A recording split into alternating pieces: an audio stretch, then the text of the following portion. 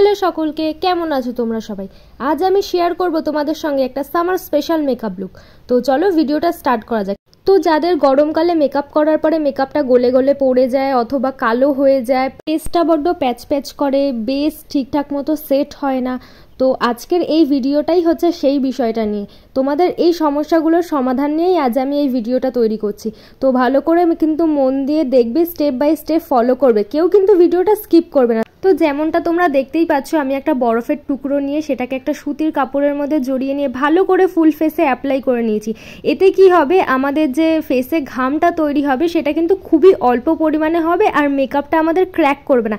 তার মানে এই নয় যে আমাদের ফেসে ঘাম হবে না, ঘাম কিন্তু হবে, কিন্তু সেটা খুবই অল্প পরিমাণে হবে আর আমাদের মেকআপের ওপরে সেটা কোনো এফেক্ট ফেলতে পারবে না। তো ফেসে ভালো করে আইসিং করে নেওয়ার পর আমি একটা গুড ভাইবসের টোনার ইউজ করেছি আর তারপরে টোনারটা অ্যাবজর্ব হয়ে যাওয়ার পরে গুড ভাইবসের একটা লাইট ময়শ্চারাইজার ইউজ করেছি। সেটাও যখন ফেসের মধ্যে ভালো করে অ্যাবজর্ব হয়ে গেছে, তারপরে আমি একটা অয়েল ফ্রি প্রাইমার ব্যবহার করেছি। তারপরে আমি আমার ডার্ক স্পটগুলো হাইড করার জন্য একটা অরেঞ্জ কালার কারেক্টার ইউজ করেছি আর সেটাকে ভালো করে ব্লেন্ড করে নেওয়ার পরে আমি তার উপরে আমার একটা স্কিন শেডের কনসিলার ইউজ করেছি, সেটাকেও ভালো করে ব্লেন্ড করে নিয়েছি। গরমকালে মেকআপ করতে গেলে কিন্তু আমাদের কিছু জিনিস মাথায় রাখতে হবে। এই যেমন আমরা খুব বেশি পরিমাণে প্রোডাক্ট ইউজ করব না, কারণ বেশি পরিমাণে প্রোডাক্ট ইউজ করলে পরে কিন্তু মেকআপটা ভারী হয়ে যাবে আর মেকআপটা ভারী হয়ে গেলে অবশ্যই গলে গলে পড়বে। তো সেই জিনিসটা কিন্তু আমাদের মাথায় রেখে মেকআপটা করতে হবে। যেমন দেখো, আজকে আমি কিন্তু কোনো ফাউন্ডেশন ইউজ করিনি, আমি আমার স্কিন টোনের থেকে একটা টোন ওপরে একটা কনসিলার ইউজ করেছি। আর যেই সব জায়গাগুলোতে আমি কনসিলার রেগুলার বেসে ইউজ করি, মানে হচ্ছে টি জোন, আন্ডার আই, সেই সব জায়গাগুলোতেই আমি কনসিলার ভালো করে ইউজ করে নিই আর সেটাকে আমি ভালো করে ব্লেন্ড করে নেওয়ার পরে একটা ফাউন্ডেশন ইউজ করার ব্রাশ দিয়ে সেটাকেই ভালো করে ফুল ফেসে ব্লেন্ড করেছি। তারপরে আমি পুরো বেসটাকে সেট করার জন্য একটা লুজ পাউডার ইউজ করেছি, যেটা কিনা হচ্ছে সুইস বিউটির। পাউডার দিয়ে ফুল ফেসটাকে ভালো করে সেট করে নেওয়ার পরে আমি এখন করব কন্ট্যুর। তো আমি একটা সুগারের কন্ট্যুরের প্যালেট থেকে কন্ট্যুর নিয়ে ভালো করে কন্ট্যুরিং করে নিচ্ছি।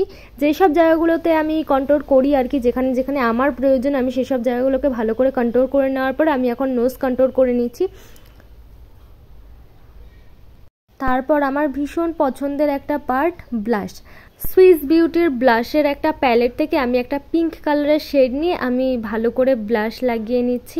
তো আমাদের ফেস মেকআপটা মোটামুটি কমপ্লিট হয়েই গেছে, এবার আমরা করব আই মেকআপ। যেমনটা তোমরা দেখতেই পাচ্ছ, আমার নেইয়ের সমান আইব্রোগুলোকে আমি ভালো করে ড্র করে নিচ্ছি। আই মেকআপে আজ আমি তোমাদের সাথে শেয়ার করব খুব ইজি আর খুবই সুন্দর একটা আই মেকআপ। প্রথমেই আমি একটা ব্রাউন কালারের শেড নিয়ে আমার আইলিডে দিয়ে সেটাকে ভালো করে ব্লেন্ড করে নিচ্ছি। দুটো চোখেই আমি ইকুয়ালি ব্লেন্ড করে নেব যাতে কোনো হার্শ লাইন না বোঝা যায়।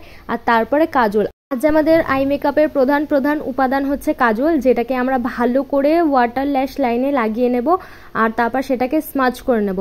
তোমরা চাইলে এখানে ব্ল্যাক আইশ্যাডো দিয়ে কাজলটাকে আরও বেশি ভালো করে সেট করে নিতে পারো, কিন্তু আমি করিনি, আমি জাস্ট স্মাচ করে নিয়েছি আর তারপর সেটাকে একটা ব্রাউন শেড দিয়ে ভালো করে ব্লেন্ড করে নিচ্ছি, যাতে করে কাজলটা বেশি ছড়িয়ে না যায় আর দেখতে খুবই সুন্দর লাগে।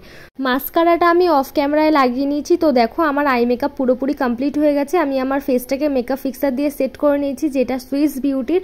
তারপর আমি ইনসাইড কসমেটিক্সের একটা লিকুইড লিপস্টিক ইউজ করেছি।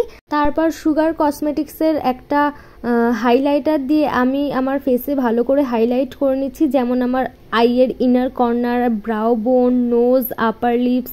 তো দেখো, আমার মেকআপটা পুরোপুরি কমপ্লিট।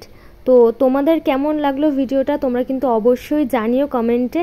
আর ভালো লাগলে একটা লাইক শেয়ার করে দিও আর চ্যানেলটা সাবস্ক্রাইব করতে কিন্তু ভুলো না। দেখা হচ্ছে নেক্সট ভিডিওতে।